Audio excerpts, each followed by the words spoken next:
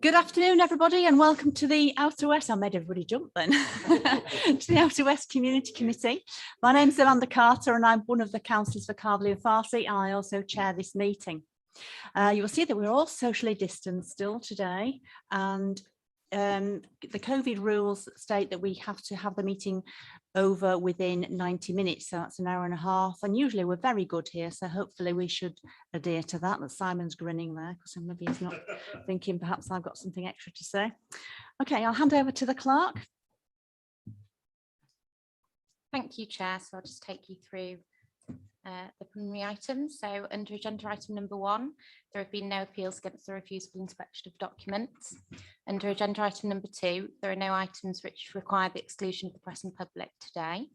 Under agenda item number 3, there are no late items of business. Under agenda item number 4, could I ask members to declare any interest, please? No, thank you. And under agenda item number 5, Councillor Andrew Carter has sent his apologies today.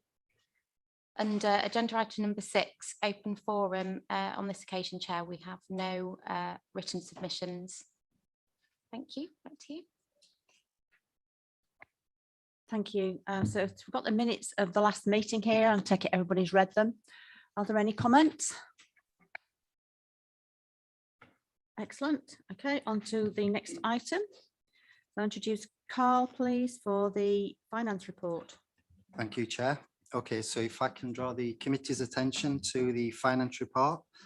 So first of all, page 17, please, paragraph number 16.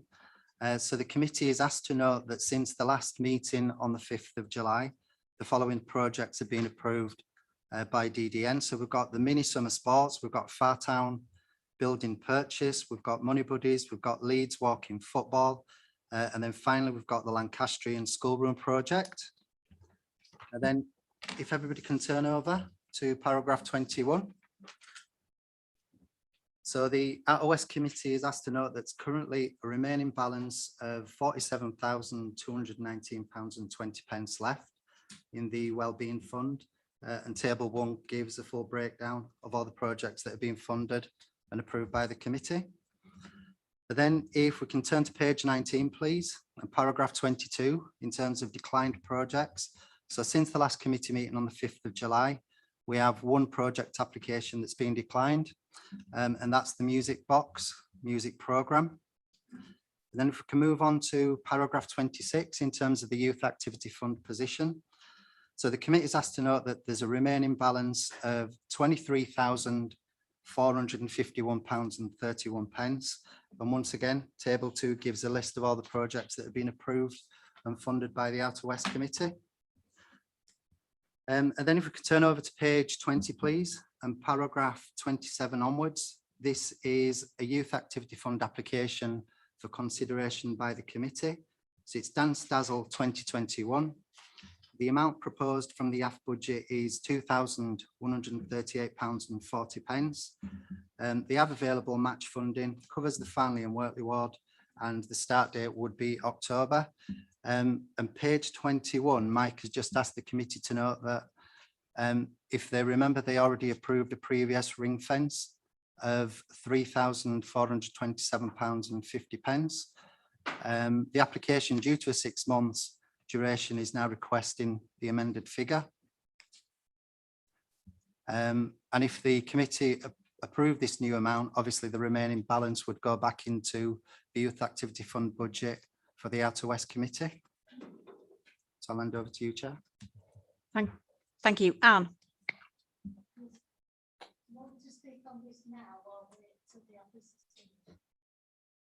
Well, it's to do with Dazzle.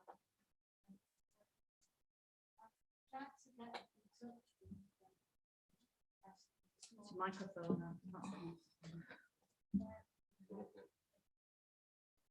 Yes, I tried to speak to Dazzle this morning, but they're in a meeting and their meeting won't finish till the middle of this one.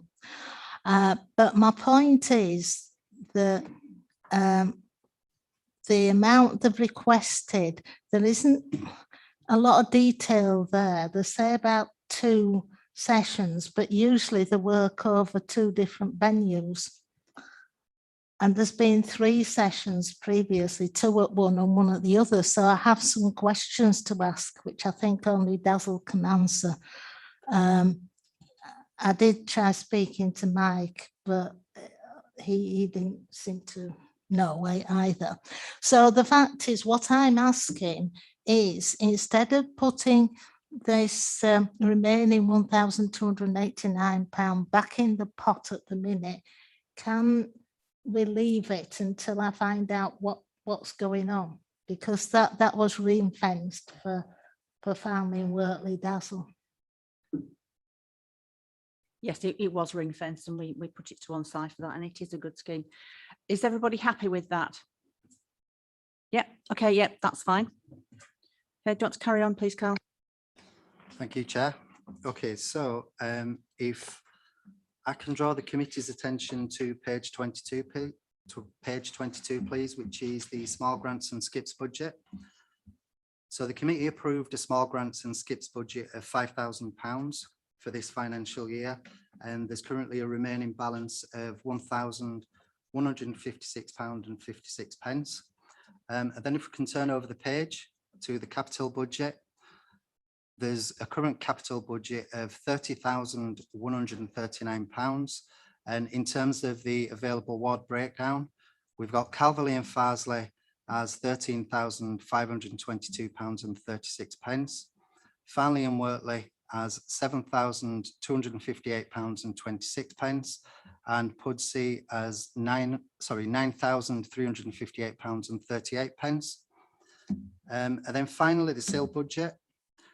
So the current sale balance is £85,991.74, and the available balances per ward are as follows. So we've got Calverley and Farsley, £8,512.61. Farnley and Wortley as £19,194.08, and Pudsey as £58,285.05. And my apologies, Chair, there's the COVID budgets that I need to update on as well, which Can I is... just go through the capital first? Yes, certainly. Because I have a comment here and I need Councillor Carlill's input on this, please.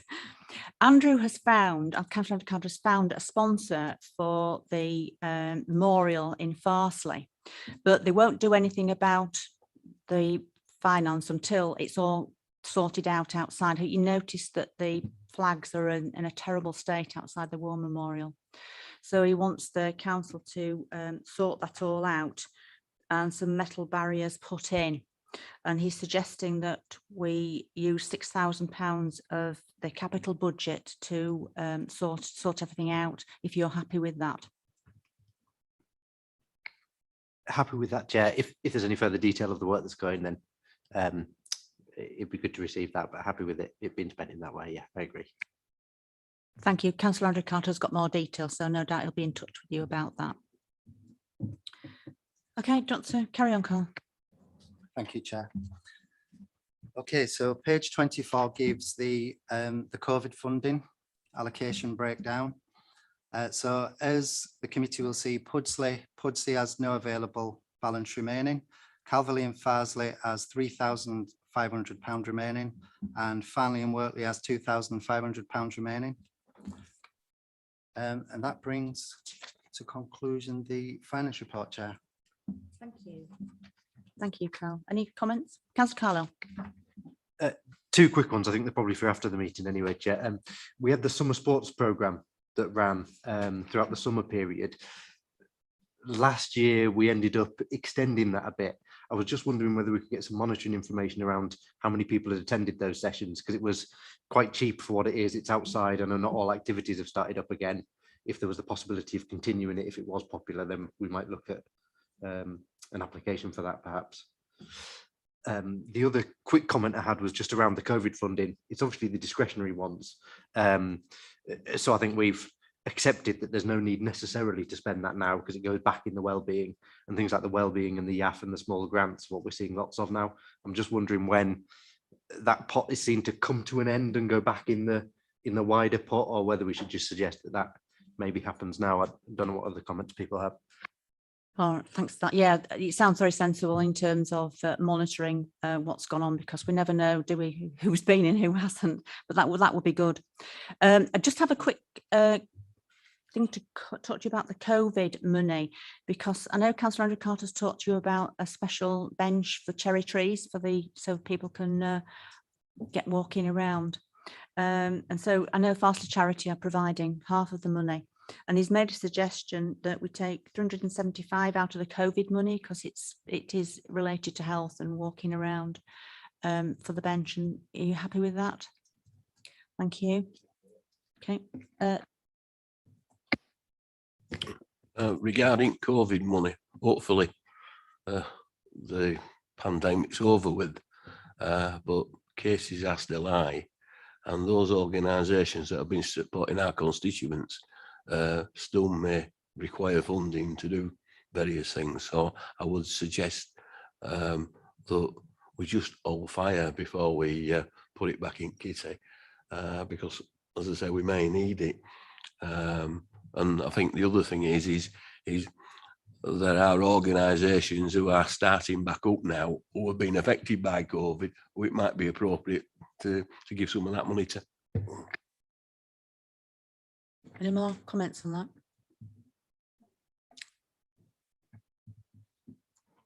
Just to say, yes, I think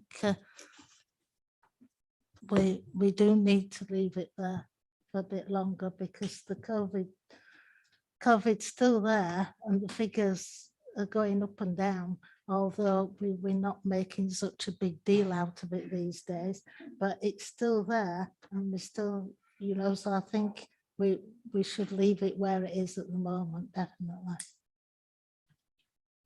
Yeah, it doesn't seem to be doing any harm where it is. Is everybody happy with that? Thank you. You've got any money? Okay, thank you. So that concludes that item. Oh, Anne, sorry. Just a tiny little thing. Can I ask you to change the, it's a typo probably, on page 18, we're not New Farsley, we're New Farnley.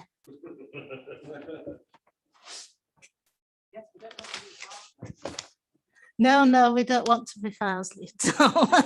Quite happy being Farnley. Thank you. We'll make sure that that's altered. Okay, that concludes that item. So on to the next item. Carl? Thank you, Chair.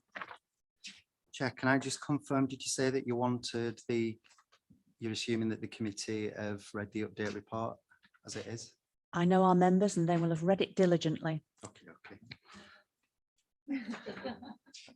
So I'm just wondering, is there any key highlights that you would like me to cover specifically? No, just go over it quickly. Okay.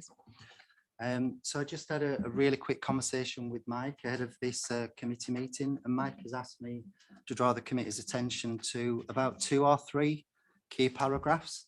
So the first one is in relation to community safety on page 34. And I think it's the case that you don't tend to get regular updates from the police. So Mike has just said that he has been able to get some key updates from the police in relation to the wards that cover or make up the Outer West Committee area. And in particular, I think Mike wanted to draw attention to those priorities that have been agreed for each of the wards. So in terms of Pudsey, as you can see, we've got antisocial behaviour in and around Pudsey bus station and the nearby vicinity. We've got antisocial behaviour and drug dealing in Queen's Park. And then finally, we've got antisocial driving and offences relating to the fatal fall. And then we've got 3 key priorities in relation to Calverley and Farsley, which is over the page. So we've got to target the use of antisocial off-ride motorcycles and quad bikes in Calverley and Calverley and Ravens Cliff Woods by working in partnership with Bradford East MPT, Operations Deeside and Leeds Off-Road Bike Team. Officers will utilise antisocial behaviour and road traffic legislation in a zero tolerance enforcement style. Then we've got to target speeding and antisocial motorists on Bradford Road from Dawson's Corner to Thornbury Roundabout by conducting eye visibility patrols of the road and the deployment of pro laser to capture and defer offending. And then finally, in terms of that priority, we've got to tackle residential burglaries by conducting eye visibility patrols, targeting and disrupting known offenders, and delivering of crime prevention advice to residents. And then the final priorities in terms of Farnley and Wortley ward, we've got antisocial behaviour on the Winkovers and Butterballs. We've got antisocial behaviour and drug dealing on the Heights. And then finally, we've got drug dealing on and in the surrounding areas of Cow Close Road. I don't know if the committee have got any comment on any of those priorities. Councillor Blackburn.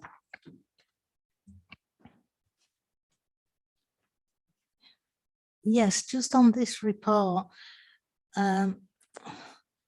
we meet every 6 weeks with the tasking, and as far as I know, from what the sergeant said, the matter actually in Cow Close Road, which I reported, that they had caught someone, and that's a few weeks ago. And so I don't know why we're still mentioning Cow Close Road. I'm not disputing the fact about if there's drug dealing going on. People tend to say that there is, but I haven't had anything else from Cow Close Road. And the reason why I reported that was I saw it personally myself, so I could give them details. But I don't think there's any problem now in Cow Close Road. And when we mentioned it at meetings, the sergeant hasn't said that there is. But I'm not saying there isn't possibly some problems in Farnley as a whole. So I just thought I'd throw that one out. I think the Cow Close Road bit wants to come off now.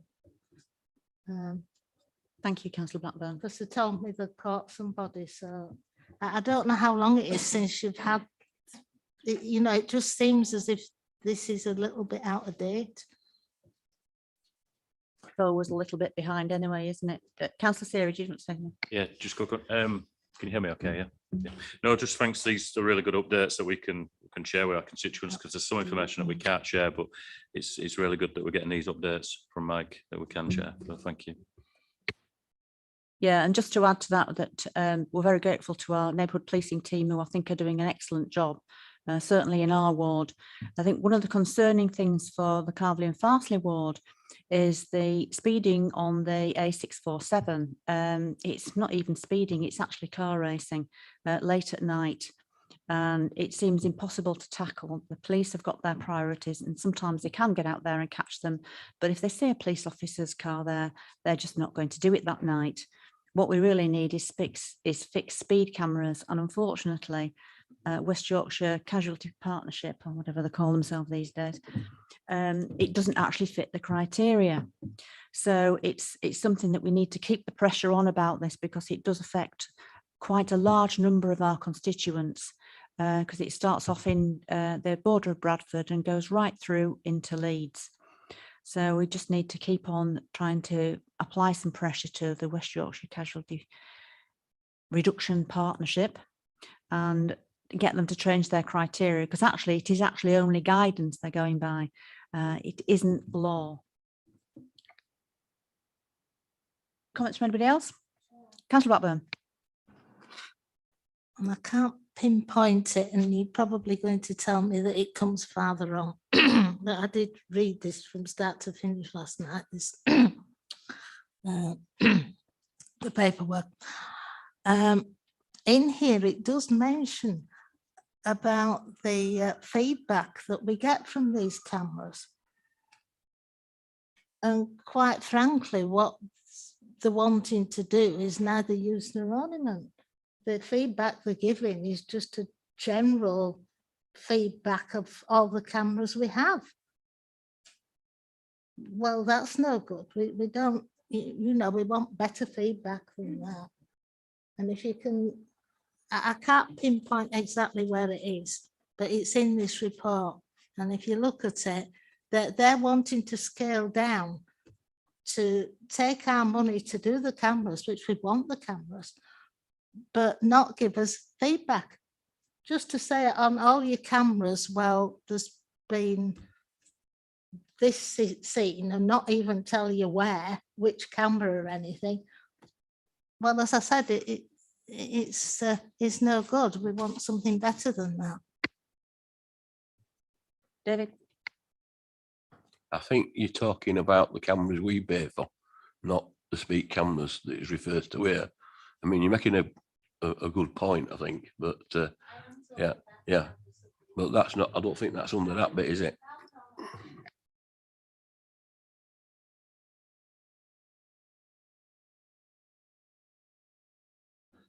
Councillor Blackburn, I think I'm just wondering, is the section that you're actually referring to page 45? That talks about the CCTV cameras, but I can't reference anything in the report that actually relates to the comments that you've made recently.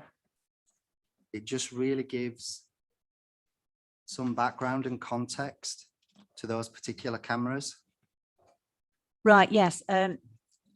I don't know if you can reference it back or not, but the fact is we're not getting proper feedback, and we did used to get some feedback. So can we write to them as a committee with everyone's agreement and say we want some feedback on what's occurring? I'm sorry to labour this, Chair, but I'm quite happy to wait farther on until we get to page 45. But if you want the comments now, if you read it under paragraph 101, you will see that what they are saying is that the saying about the regulations, but I think sometimes the people, well, it isn't right that the regulations have to say that. They've reviewed the area of the information sharing and therefore restricted the detail of what can be provided. That's what they're saying to us. And as a result, all they can give us is what's below on page 45.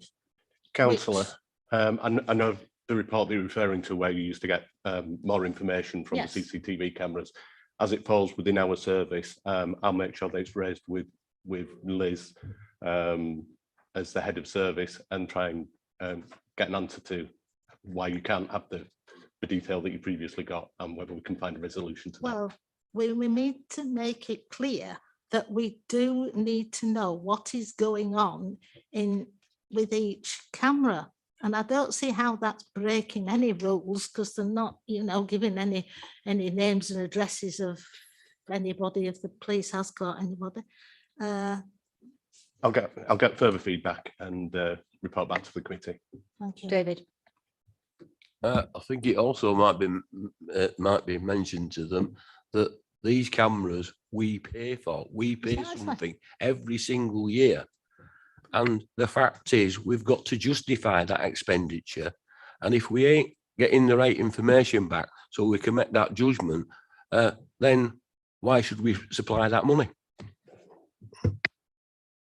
Yeah, I agree, Councillor Blackburn. Sam and Siri?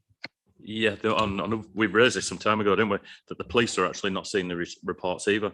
So we're paying the money and the police aren't seeing these reports of what the incidents are. So we're not doing really joined up thinking here. But we raised this previously, didn't we, about last year? But obviously COVID has taken over, so thank you. Right, taking that all on board? Thank you. Okay, you want to carry on, please, Carl? Thank you, Chair. Okay, so if I can move the committee on to page 41, please, which is Mike has just asked me to cover some of the updates from the Employment and Skills Service.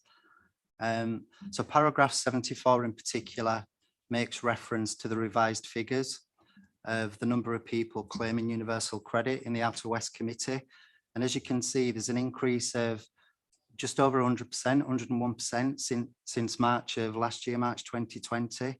There has been a decrease of 126 people on the previous month, however. And it says that the increase in claimants is reflective across all wards due to the impact of COVID. And then paragraph 75, Mike has just referenced the fact that the coronavirus job retention scheme, also known as furlough, will be coming to an end this month. So there's going to be an expectation that those numbers of people claiming universal credit will once again continue to increase.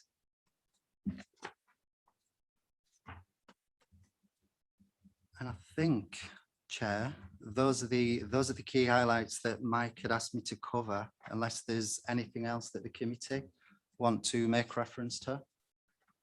Thank you, Carl. I invite members to make comments, questions. Excellent. That concludes that item. So moving on to the next item, which is city plan engagement. And then can I welcome Councillor Downson to our committee meeting? Thank Thank you, you very much. Chair. I'll give you 10 minutes and then, because I'm sure that members will want to ask lots of questions. Thank you. Thank you, Chair. I think the whole point is for us to hear from you, not you to hear from us, to be honest, but I'll just lay out where we are. Firstly, thank you for letting us come. Mike and I are very pleased to be able to come. I'm looking around and I know that there are a few of us that are long enough in the tooth to remember the vision for Leeds and the best council plan, but they're now old documents. You know, we're talking about a decade has gone past since they were originally written, and a lot has happened in that 10 years that we couldn't even have dreamed about when those documents were written. I mean, we've had Brexit, we've had devolution, the climate emergency wasn't at the forefront of everybody's thoughts back then. So the time has come, I think, to refresh that and look holistically at how the city faces the next 10 years and what our aims and ambitions are. I think the main thing is, and COVID has taught us this, that the council, not only should the council not do things, and it ought to look to its partners around what it can do. We shouldn't do it all. We should work with lots of different agencies and businesses around the city to actually hear their voices, but also when they express their ambitions and their desires, that we actually do listen and we do respond accordingly. We should have really shared goals to improve the lives of all our citizens across Leeds. And if you look at the statistics, they only go so far. And I think we all know that. I asked Mike the question, and there are about 76 strategies across Leeds. I would hate to name them all, but we've got a strategy for just about everything. But it still doesn't answer the real question about what it's like living in Leeds and what our aims are going forward. We're going to use existing engagement. We've obviously got the planning engagement at the moment, the local plan. We've got the talent and skills plan that's being consulted on, and Leeds 2030 currently. So we're going to actually piggyback off some of those engagements, but we're also working with lots of other groups as well. We've already been to a meeting of the third sector, and we've got more of those coming up. We're going to every community committee, the equality hubs, youth council, and that's one of the first things I want to put to you. If there are any groups, any organisations that you feel we should speak to in your area, then please just get in touch. We are going to try and get around and capture as many voices as we can across the city. Now, Leeds, as we know, is a huge city. It's the second largest city outside London. And the statistic that I like is that statistically, we've got a larger population, Yorkshire and the Humber, than Scotland. So we're a huge economic driver and a huge hub for the whole of the north of England. And we've got one of the highest student populations. So we've got a captive audience there for developing new technologies and using the youth of the city to actually push a lot of our agenda. We're the largest finance centre. We're the forefront of digital and media in the country outside London. We're a young city. And we've got the strap lines, haven't we? The best city to grow up in, the best city to grow old in. Does that still resonate? I know Mike's got some questions at the end of his slide presentation. You know, do they still resonate with people? Do they resonate with you? We've got some great things. I mean, Leeds is a great city. We're, as I say, the economic powerhouse, the economy, we're 108%. Leeds economy is 108% larger than Sheffield's, we'll be pleased to know. 177% larger than Bradford's. So we are that huge economic driver. We've got a low unemployment rate. We've got low claims for universal credit currently, although those are going up, as you all know, by the day, especially for people who are in work. So in work benefit claims across the city. But we've got a good social infrastructure as well. Our third sector, I think, are second to none in the work that they actually do. But let's not shy away from the fact we've got huge challenges across the city as well.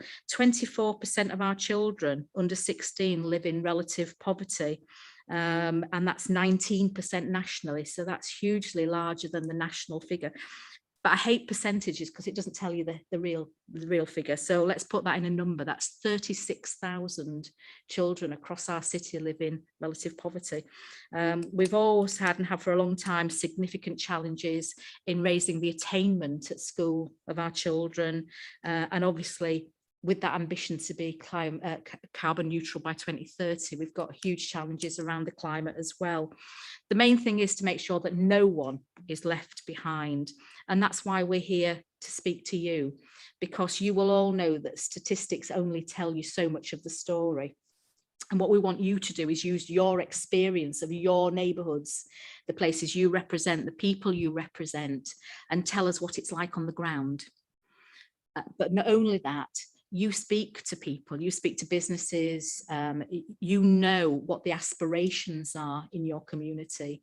And we know we've got to be realistic, but we've also got to be aspirational in what we're saying, because this is a strategic plan for the next 10 years of Leeds.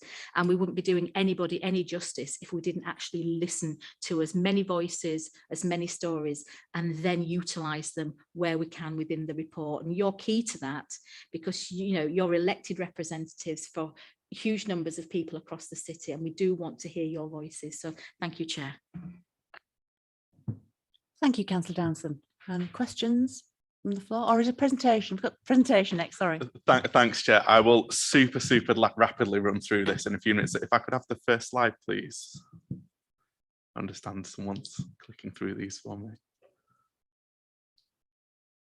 Fab. So really quickly, why now for a city plan? And there are a range of reasons really. The council's still got a relatively new leadership team, and that's a natural opportunity to sort of pause and relook at our ambitions. But probably the biggest range of reasons we're looking to do this now is really reflecting on the learning from the pandemic.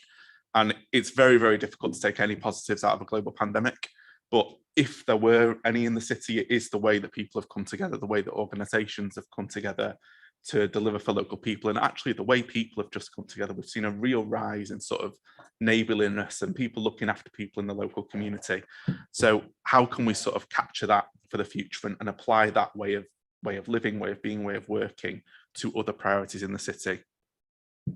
We also think having a city plan that's agreed across partners as a sort of shared direction of travel will put us in a really strong position to bid for funding and to bid for investment into the city. If I could have the next slide, please.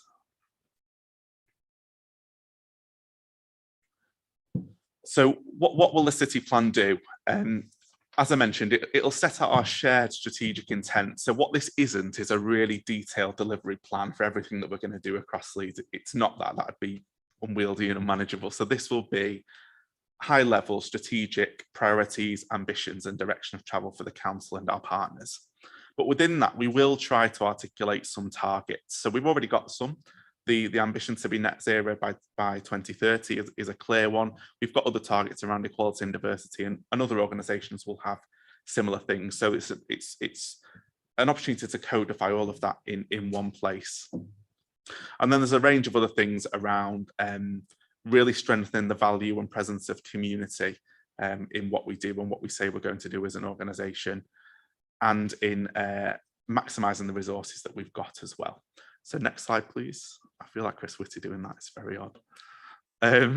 How will this be developed? Really briefly, you'll see where we are now. We're in sort of the second of those three boxes, coming out to talk to all of the organisations that Councillor Dowson mentioned. We've done some research beforehand, which I'll touch on in a second. And this is all building towards this year's State of the City event at the beginning of December, where we'll aim to sort of bring everything together that we've heard and that we've gathered into a draft plan, essentially for members to consider and debate alongside partners. Before that'll be be codified and come to council in February next year. Next slide, please. I'm going to have to run through this so quickly. For anyone who isn't familiar, the Joint Strategic Assessment is a piece of research we do every 3 years. Its primary purpose is it's health and well-being research, and it informs the health and well-being strategy. We've just finished, or we're just this week finishing, the most recent Joint Strategic Assessment, and it'll be published later this week for anyone who's interested. And again, for members who want to engage with this in more detail, we will be setting up a members seminar, so look out for that. But I've called these headlines, and that's generous because I can't possibly give you the headlines in a few minutes, but some points of interest, I suppose, here. On the right-hand side, what you've got is the map of Leeds according to the indices of multiple deprivation. The darker blue, as you would expect, is the areas of higher levels of deprivation. And just a couple of things to pick out. The life expectancy gap, this is probably the one stat of everything that jumps out to me. The life expectancy gap across Leeds is 11.5 years for men and 13.7 years for women. That's the higher end of that life expectancy is in Adel and Wharfdale. The lower end is in Bermondsey and Richmond Hill. So you've got, for women approaching a 15-year life expectancy gap in an area that is 4 miles apart as the crow flies. So if you want just one thing that illustrates the inequality, I suppose, in the city, I mean, that's it for you. Next slide, please. The population of the city is changing, and it's changing in different ways. So what you see in that map on the right is that the darker colours are a growing population and the lighter colours are a declining population. So you see in those areas that on the previous map we saw are more likely to be experiencing poverty and deprivation. That's also where we've got a growing population. So some of these issues are becoming exacerbated. And we've got a range of challenges and opportunities across the city. Again, I'll just pick out one, which is the educational attainment in Leeds, especially for disadvantaged pupils and especially at Key Stage 2, is significantly lower than the national average. And we've got a real long-standing challenge in the city about how do we tackle educational attainment. And next slide, please. I promise I'm nearly done. This is just very briefly sort of the graph here is one metric that can show you the scale of disruption that's been caused to the city by COVID. And that initial drop that what it shows is bus and rail usage. So the blue line is rail usage, the yellow line is bus usage. What won't be a surprise to you is that massive drop on the left-hand side when we went into lockdown the first time. But what you'll see is really, really slow recovery, and with rail recovery lagging behind bus recovery, although it is now closing the gap. But just an indicator of the massive change in daily life, commuting, something that a huge majority of people would do every single day, and this is what we see now. And next slide, please, I think is my last one. Yeah, so what we'd really like to do today is focus on these 4 questions with you, which is the big issues for Leeds, and apologies, I've sent the wrong slides here and it's got in the northeast. It should have outer west. Apologies for that. It should say outer west. Let's pretend. Big issues for the city and for the outer west. Sort of what have communities got that we should be drawing more on than we do? And then, as Councillor Dawson mentioned, just really keen to get any views of the best city ambition, which we've had for over a decade now, and different people think different things. So if we're creating a new plan for the next 10 years, should we maintain best city or should we look to something else? Thanks, Chair. Thank you. Before I ask members to comment, I'd just like to comment myself. I think we highlighted educational attainment. And this is not political anyway, because I think governments and councils of every colour find it very difficult to address this. Children in Leeds are not attaining what they should attain at the lower end. We've got children who are not in school, who should be in school. We've got kids who are leaving school without being able to read or write, and because they have no other means of earning a living, they're turning to crime. I mean, in particular, drugs, and that's a problem for all of us. It's absolutely imperative that we address the issues with young people. education is the way out of everything. And that doesn't mean that they've got to go to university. It means they need to leave school being able to read, being able to write and do simple arithmetic. My daughter has learning difficulties, and she had quite a lot of support to learn to read and write. She couldn't even speak until she was 4. So if she can learn to read and write and do the simple things, then other people should be able to do as well. And it is down to us, each one of us here, to do our bit. And Councillor Danson, you mentioned strategies. Well, I think this council is excellent at strategies. What is more difficult, and it's difficult for everybody, not just Leeds City Council, is following that through with actions and getting each department to sign up to those actions and work together strategically. Because what tends to happen is that this council works in tunnels, and you end up with one department not knowing what the other one's done. So my plea is that you listen to what we have to say and try to get the relevant departments to ensure that our young people leave school being able to read and write, and that will solve so many problems. Okay, I think Councillor Blackburn wants to come in now. Just a question to start with. You showed the map of population growth of areas of population growth. Is that based on current population growth? Why isn't it based upon likely population growth? And there is vast areas of this city that have been developed, going to be developed, or are being developed at the moment.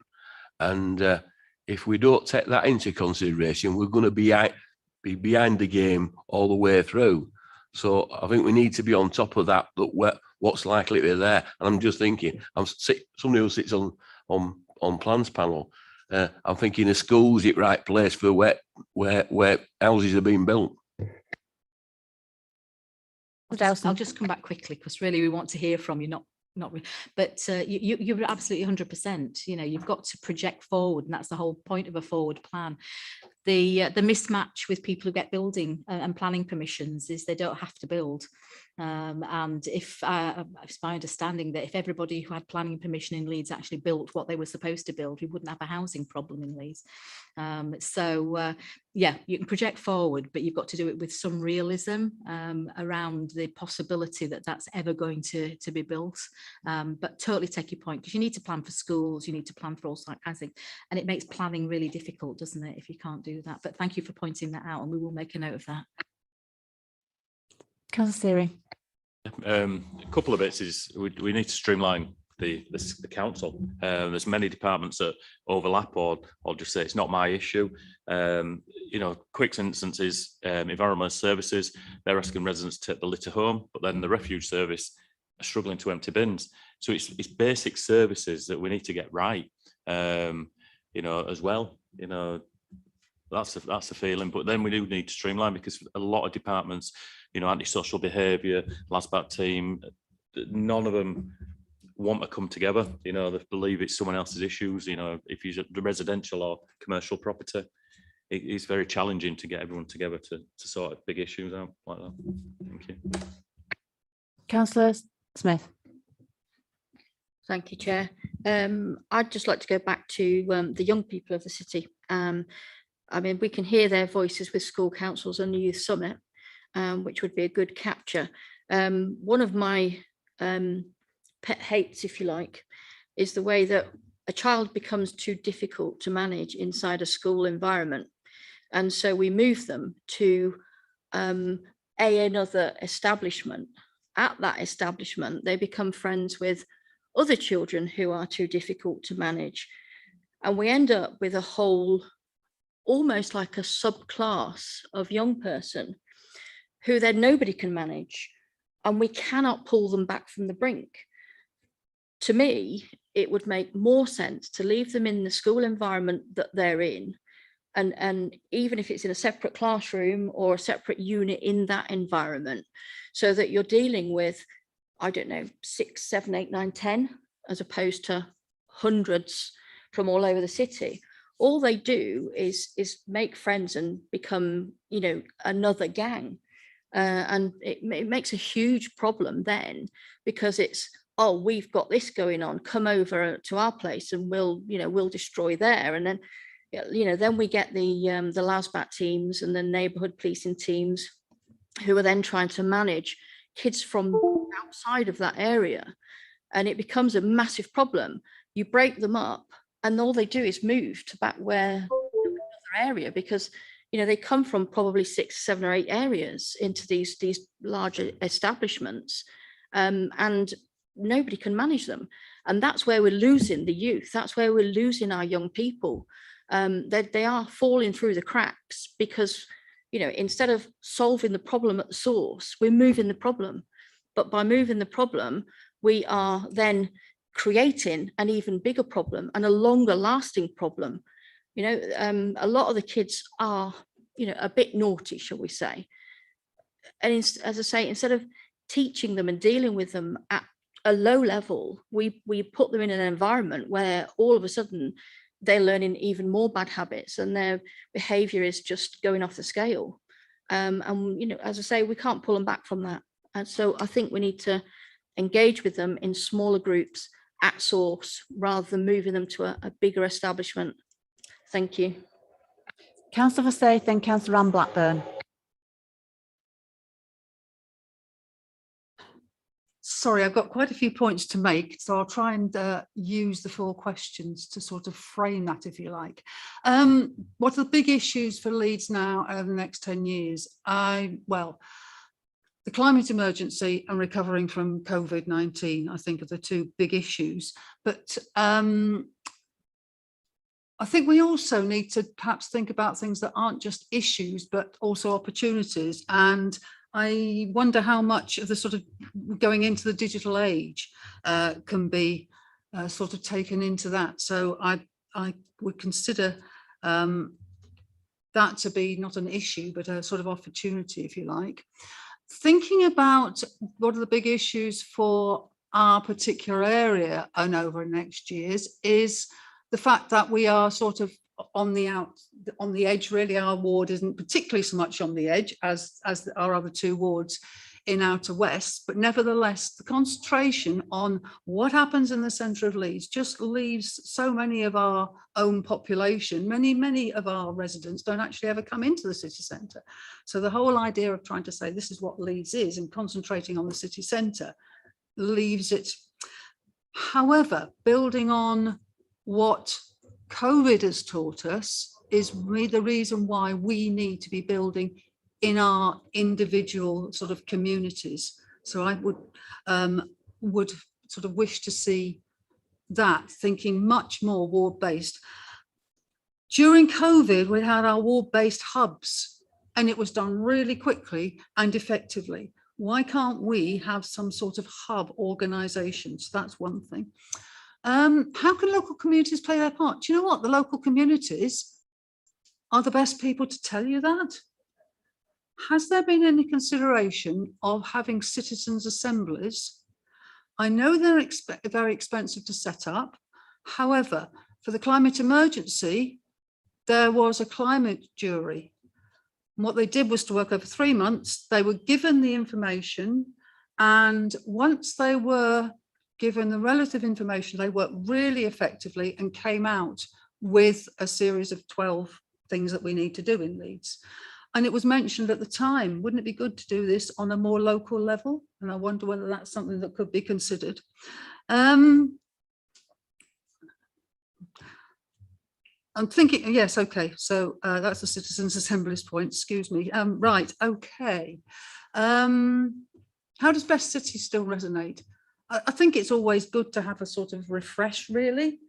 So as to what you replace it with, I don't know. I think the whole kindness thing is coming out, looking after ourselves. And so rather than being a sort of competitive, we're best, but it's what we are within us. Can I just finish by talking about education, which has been mentioned by 2 of my councillor colleagues.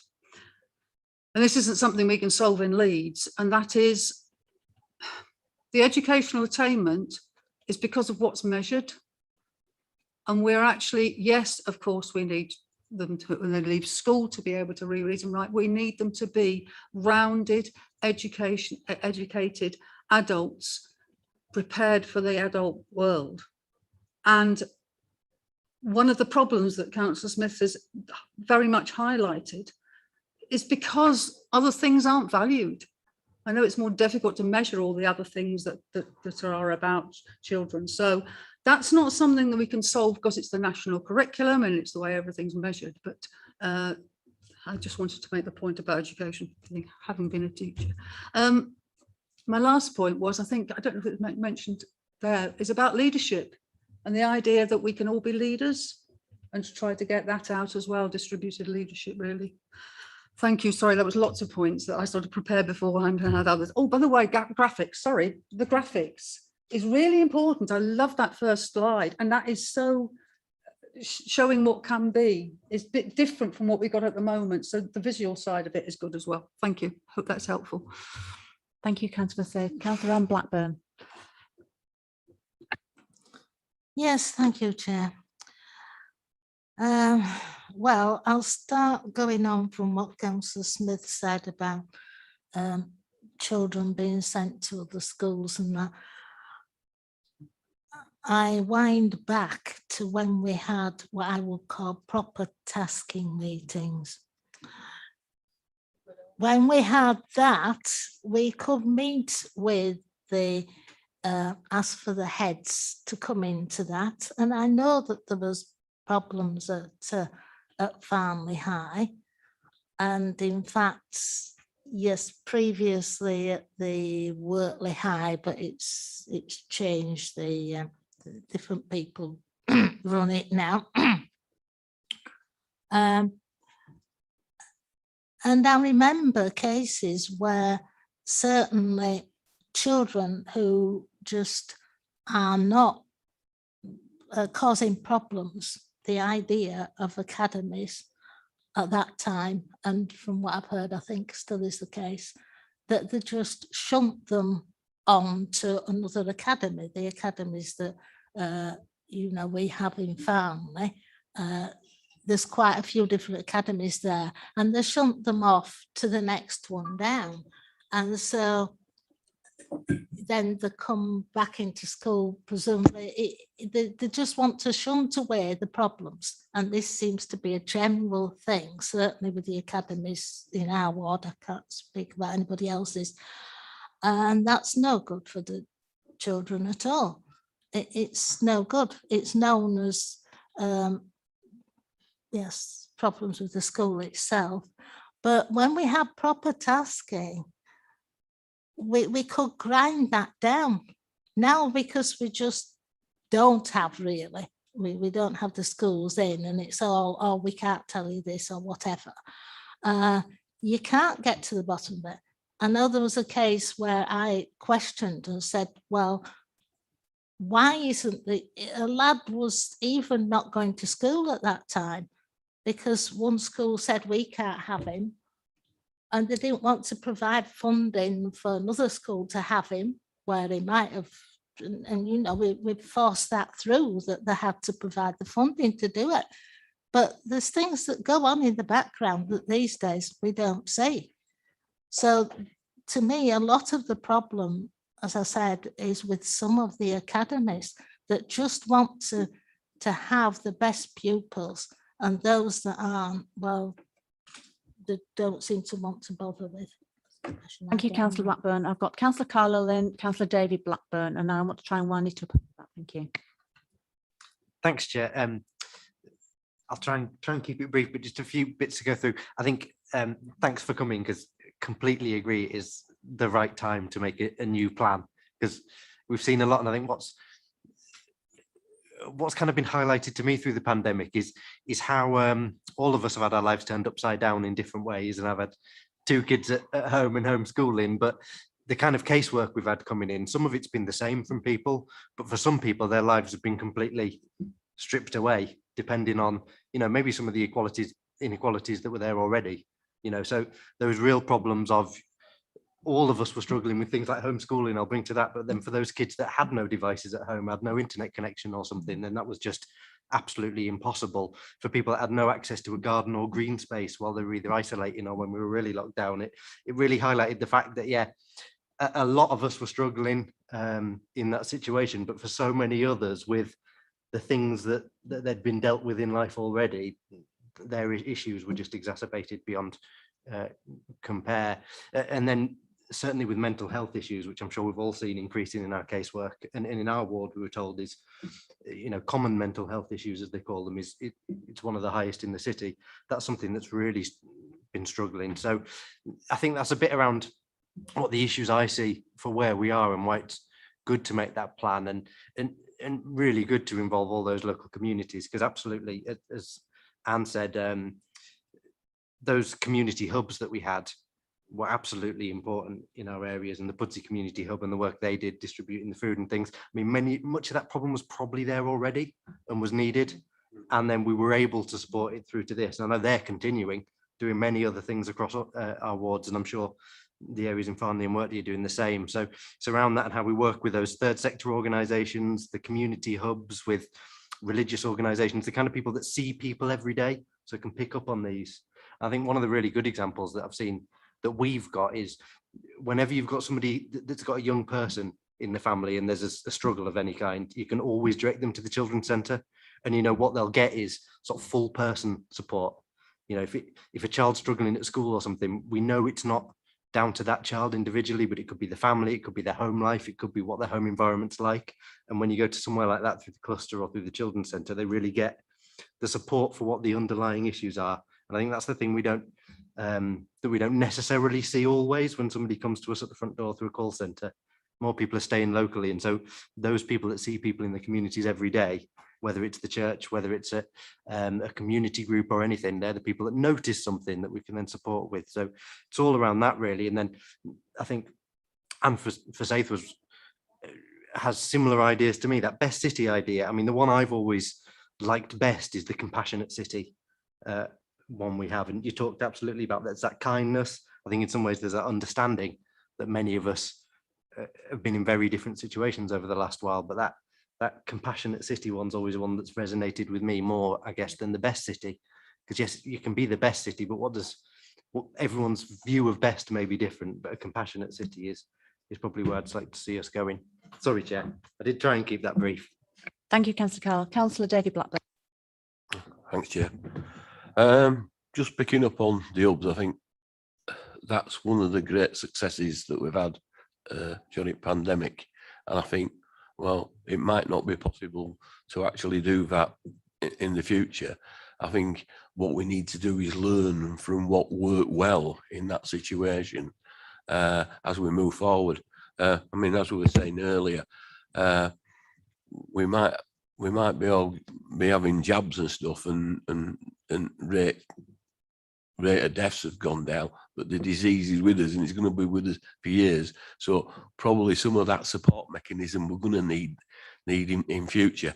And I think one of the things it's taught us to be is what we have to be is we have to be nimble on our feet and change where change is necessary. And not all through our own fault. I've got to say, a lot of this, and not being part of political here, whoever's in power in central government make us a bit stayed where we can't change as quick as we want to do sometimes. But I think what we've got to do is we've got to learn to be nimble on his feet and respond to that. On the I think somebody mentioned mental health, and I'll just refer. I actually got an appointment with my doctor, believe it or not, face to face the other week. I don't know, I must have gone the week nobody else were wanting to go to doctors, and I had a little chat with my doctor, and what he was saying was the number of people who are coming to him troubled, mainly because of what's happened in pandemic. Some of it working from home in conditions which are not conducive to that. And I think what we need to do is we need to bring the GPs and that into conversation and see what we can do to do with that. I mean, I suspect there will still be some working from home, so that problem may well continue into the future. So I think we need to do that. And then the other thing, Anne Forsyth mentioned about the jury we had for climate change and that. Well, we used to have a citizens panel. I don't know what happened to it, but I remember we had a citizens panel, and I remember quite a few years ago, I suggested, why don't we have a citizens panel for each what was then area committee? But what I got told, it would have been too expensive to actually do it. But I think something like a citizens panel seems to work, because a lot of stuff in present policies we've got now comes from engaging with them. So I think that might be a way forward. And finally, I think one of the things we're going to find as we come out of this, because we're going to now have the economic effects of the various lockdowns and the pandemic, is basically getting people with right skills for right jobs and working in with that. And we've got to play our part in that. And we've got to show some ambition in that area. So, yeah. Thank you, Councillor Blackburn. Councillor, very quickly, Anne. Just the point of people being able to put their views on this or anything else. We talk about people needing to be connected up, have a computer or have access to a computer, but still not everybody does. What will happen in 10 years? Well, who knows? But we do have to bear this in mind. Anne talks about people being able to give the views. A lot of things that were done on the climate change were people that were doing that obviously through the computer. Not everybody has computers. We all have elderly people in our ward. One of the regular complaints I get is when people are trying to make a complaint about everything, that if they do it by phone, they just put the phone down because they get fed up of waiting. And I get that quite a lot. So clearly our council needs to look into that as well, because not everybody's there yet. And of course they'd have to pay for a computer at home. We know that establishments where they can go in and use computers, like libraries where you've got them, haven't been open. So I know it's a big issue, but we do have to bear that in mind, not just talk about as if everybody out there has got this facility at the moment, because they don't have. So please do take that away with you. Thank you, Councillor Blackburn. Well, I think you've got quite a lot to go on, from climate change, mental health, children and education, skills. I just want to pick up on a point very quickly that Councillor Anne Blackburn brought up, which is the tasking meetings. I think if we are to have an ambition for this city, it's imperative that we all are able to work together. And what has occurred at the tasking meetings means that information is not shared with members. And you'll appreciate this, Councillor Downson. Elected members work for their constituents. We are bound by professional standards, and we ought to be able to have the same information as council officers if we are able to assist and help. Many people come to us with the information, we give that information to officers, and we're not getting the information back. We are here to help.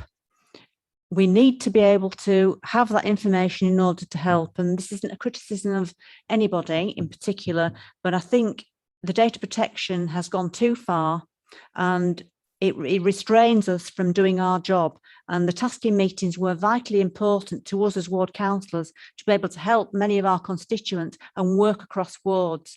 So, and I know that you will take that on board, Councillor Downson, because I'm sure you have the same issues yourself. Thank you very much. Can we move on to oh yes, Councillor Downson. Just wanted to come back and thank everybody. We've made copious notes, and the more meetings I go to, the more I realise that Nigel Richardson, who used to be the education sort of supremo, was actually right. Everything comes from everywhere else. A child doesn't suddenly arrive at 16 not being able to read or write, and it's what lies below that. Is it housing? Is it the fact that there's no food, so they're having to have free school meals? Is it the digital divide and they're having to work on phones, or not working on phones at all because they have no digital access? So it's how you put all these things together, isn't it? And come to the conclusion that'll do the best for your residents. So I just wanted to thank you. We've made lots of notes and some really good points made. Thank you. Thank you, Councillor Downson. Can we have the next item, please, which is the Leeds Library Service? And I want to be able to finish this in 20 minutes. So a brief outline and then we'll move on to questions. Thank you. Sure. Thank you very much. So I'm Andrea Ellison, Chief Librarian of Leeds Libraries, but most importantly, I'd like to introduce my colleague, who's Kate Midwood, who's the Senior Librarian newly appointed for the West area of the city. So hopefully she'll be a face that you'll become familiar with and develop contact with. So just a few words of introduction. Ostensibly, the report, as stated, is around updating the committee about the activity of the library service and what we've been engaged in during the past 18 months of the pandemic, but also to update on the key priorities of our service as part of our recovery strategy. And hopefully, I'm just going to pick out a few themes, but hopefully you'll see the connection with some of the items that some of the discussion that's just gone on before. So that's the purpose of the report, but ostensibly, I think, but equally important, sorry, I would like to see this as a start of a more regular dialogue about the development of the library service in your area. I do recognise that as it stands, this is very much a report from a city perspective, but what I'm proposing is that I come back maybe around May time with a bit more of an update with more local information in, and then we make it a kind of annual report whereby we come back with a lot more detailed information about the development, delivery and engagement of library services in your area. So as I say, I don't have a presentation and I certainly don't plan to go through the report in detail, but just highlighting a few things. The report is in two halves. The first section provides that overview of our work during COVID, when we delivered a mainly obviously digital service, at the heart of which is obviously our e-books and our e-magazines. We delivered webinars to support residents accessing our digital resources. And we also introduced new digital resources such as e-newspapers, which is, a fantastic service. People can access newspapers from across the world in different languages for free. And we also introduced new platforms such as Niche Academy, which hosts basically a range of tutorials to support residents develop their digital learning. The period saw a significant increase, as you would expect, in the use of our digital resources, and like library services across the country, that has been maintained. We also provided access to a range of online activities, such as our code and Lego clubs, and Kate was one of the librarians who was very much involved in that work. And then sort of picking up on the conversation just previously about the compassionate city, something I was really proud of was the work our library staff did in terms of our Keep in Touch project, whereby we made calls to over 9,000 library members. That was ostensibly to sort of check out that they knew what was happening with the library service and that they didn't have to worry about their overdue library books, because believe it or not, we were in the pandemic, but people were worried about overdue library books. But it gave us an opportunity to talk to residents about any support they might need accessing digital. And we also did referrals to COVID helplines. And I think the benefit was, it was a phone call from the local library service. So people felt that was quite a welcoming call and felt quite reassured by that. And we've received lots of really positive feedback. And some of the residents, as I say, they were mostly our older members. They asked specifically that we keep that up on a regular basis throughout the pandemic. So we will be continuing with the development and delivery of some of this digital offer. But as we look to the future, we're now planning activity around the priorities of our recovery strategy, and they come under 5 headings around economic recovery, children and young people, health and well-being, digital inclusion and learning, and books, reading and culture. And the report outlines some of those key activities that we'll be starting to develop under each of these priority areas. Just picking out a couple of flavours from the report. In terms of economic recovery, key to this is the expansion of our business and intellectual property service, the BIPC, which we deliver or have been delivering from Leeds Central Library in partnership with the British Library. But early in 2020 with DCMS funding, we were able to now expand that service, and we're really pleased to be working in partnership with our library colleagues in West Yorkshire to deliver a BIP service in Bradford, Kirklees, Wakefield and Calderdale. But at the same time, we've also secured funding through ERDF, which will help us work in partnership now with Adventure to provide, crucially, business support on the high street across Leeds through our local network of libraries. And on that, I'd say our USP in the library service is we are really good on our engagement with people from different cultural backgrounds, with young people and with women. And we think it's because library, and that's something that's common across the network, across the BIPC network up and down the country, and see that very much as the fact that we're friendly, welcome, open and accessible to a range of people. So, and also our focus, I mean, we wouldn't exclude anybody from using the service, but our focus is very much on startup businesses. There's been quite a lot of discussion this afternoon around education.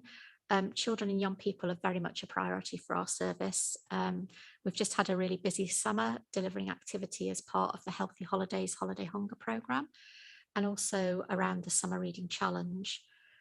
The focus for us going forward for the rest of the autumn will be very much on our early years offer, with the introduction of the Storybus service across the city and a real focus on our Ready Steady Readers programme, which is for babies and children aged 0 to 5. I think that's an absolute priority for us, supporting improvement in early literacy. And one of the things I often say is, you know, we've had a discussion this afternoon as well around poverty and attainment. But, you know, if we really want to keep our children out of long-term poverty and crucially the criminal justice system, we need to make sure that they can read. So there's statistic, I can't say it. I think it's one of our authors, Neil Gaiman, was in America, and the way they project the prison population for building new prisons is on the number of children who at the age of 10 can't read. And it's a well-known fact that many people in prison have very poor literacy levels, so stops them earning and everything. So a real focus for us on developing that love of early reading. We've had conversations today about health and well-being, absolutely at the heart of our offer across libraries, from the provision of safe, free, welcoming and non-stigmatized spaces, where we offer a range of free events and activities, to the provision of free resources. And key to those resources are our books on prescription. So that's around self-help resources. We have books around mental health, anxiety, depression, dementia. Could I ask you to wind up so we can ask the question? Sure. Thank you. Long-term conditions. So they're very much sort of self-help. Digital, absolutely crucial. We provide access to 700 public access computers and over 500, I think it is, iPads. We've just rebranded our digital one-to-one provision. And of course, the reason why most people still continue to use the library service is our books and reading offer. And of course, books is very important to health and well-being as well. Just 6 minutes reading a day reduces stress and anxiety. So really, I could finish there. We've just completed a service review and we've aligned the new staffing structure with the priorities of our recovery plan. And, you know, hopefully that gives you a flavour of what we're planning to look at developing and delivering our service around. And I'm happy to answer any questions. Thank you. Councillor Anne Blackburn. Thank you, Chair. Yes, I totally agree with you that being able to provide children with the ability of reading books, even if they don't own them, is really a fantastic thing to do. Every child should be able to go in and physically look at a book, even, you know, or they could look at one on computer, I suppose, but I think we all... my concern is, you talk about libraries, but we do not have one in Farnley and Wortley. I know that you're new to us, but certainly Jason knows this. But we did have, we used to have a part-time one, which closed some years ago, even though we wanted to keep it open, but we won't go into the political arena here now as why that was. But we then were told that we will get mobile libraries, which we did do. But now suddenly those mobile libraries have vanished.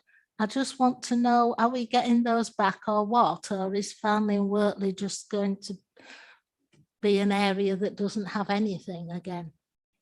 Okay. Excuse me, I need to choke then. The mobile libraries. So what happened last year, early 2020, we took delivery of a fleet of new mobile vehicles. The mobile library service is actually part of my partners in the community hub side of the service that manage the mobile libraries. When we had the fleet of new vehicles, which was part of the carbon agenda, we took delivery of four, yeah, we get this right, 4 brand new community hubs, 2 story buses, and 1 bus that's mainly going to serve the care homes. So the 4 buses that are going to be community hubs, they're going to be a mixed provision, which is about offering access to some of the advice and information that you would get in the community hub. And we do have books on there as a small selection of books.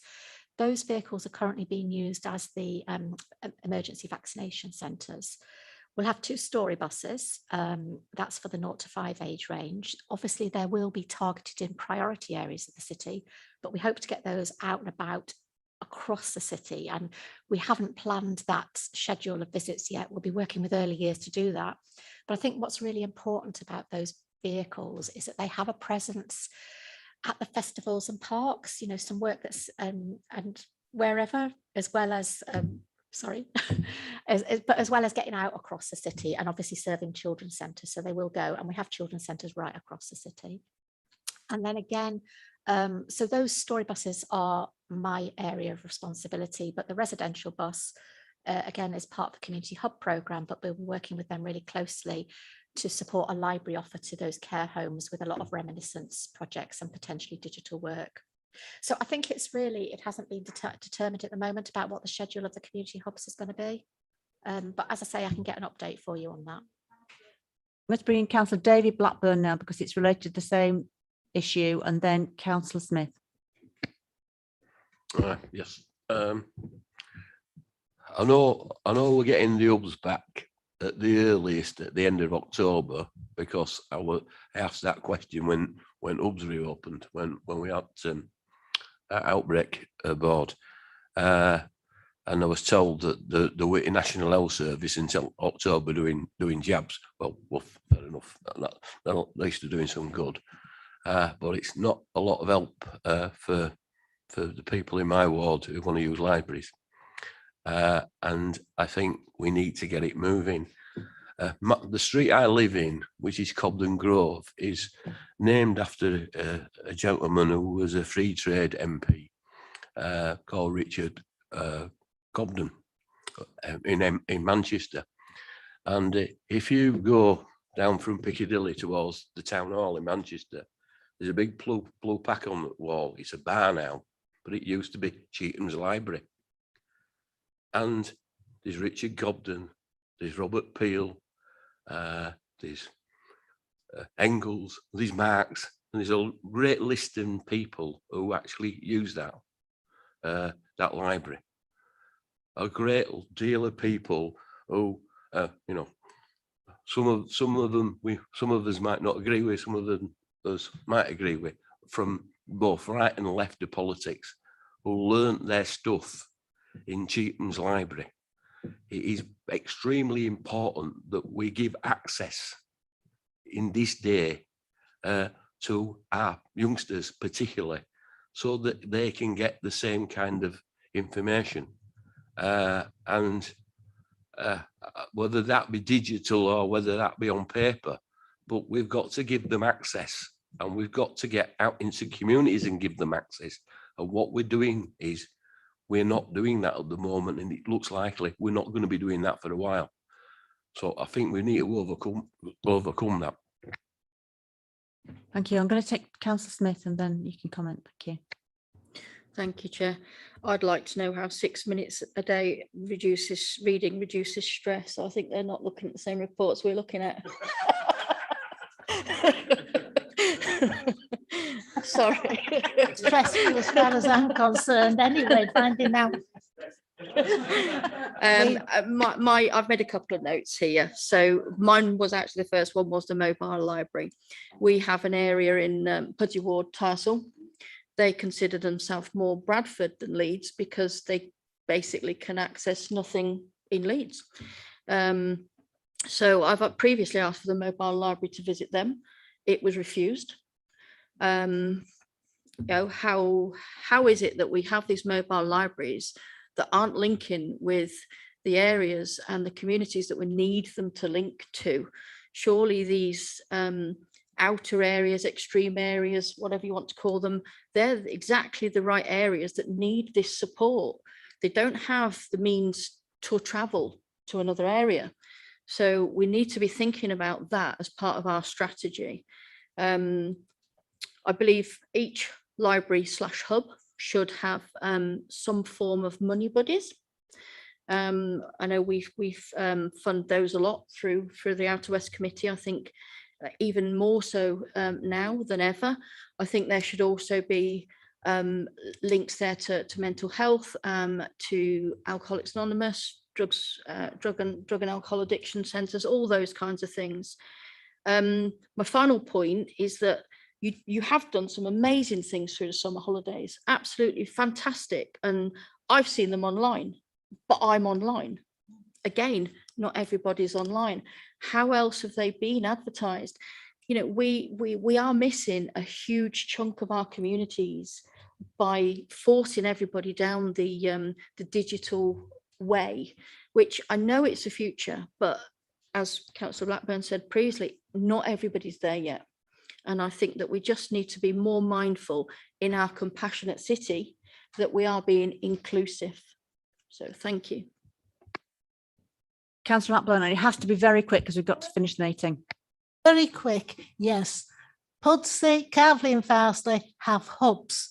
So we don't have, and we don't have the mobile libraries either. It makes me very annoyed to sit here to, yes, great libraries, I'm sure, are doing good things all over Leeds, but my ward isn't getting any of it now, and I am really annoyed about it. So we want the hubs back.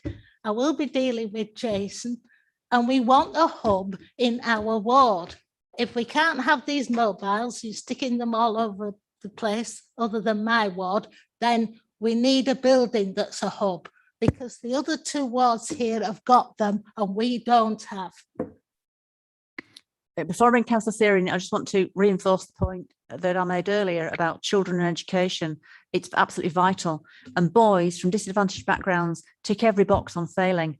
And we must try and get those engaged in reading. Now, quickly, I want to bring Simon Seary in and then draw the meeting to a close. Yeah, no, totally agree. You look at our location of Pudsey Library, it's in the town centre, but we've got challenging areas like everywhere else. But would they spend their bus fare to get a child to read a book or get a book? No, them libraries need to be in them areas that, you know, that need it. And plus the community hubs as well. They will use them community hubs a lot more. But you know, if you're on a tight income, you wouldn't pay for a bus fare to go to the library to get a book. So are they in the right place? So part of the best plan, it's, you know, like schools, are they in the best place? Thank you. Thank you very much. And that draws that particular item to a close. So we're just doing this by the skin of our teeth today. So the next item is date and time of next meeting. Carl. Harriet, I apologise. Thanks, Chair. The date and time of the next meeting will be Monday, the 8th of November at 1 p.m. and the venue is to be confirmed. Thank you very much. Any other business? Excellent. Thank you very much. And I apologise to you for talking at you rather than getting to answer the questions, but we had to hurry the meeting along. Thank you very much, everyone.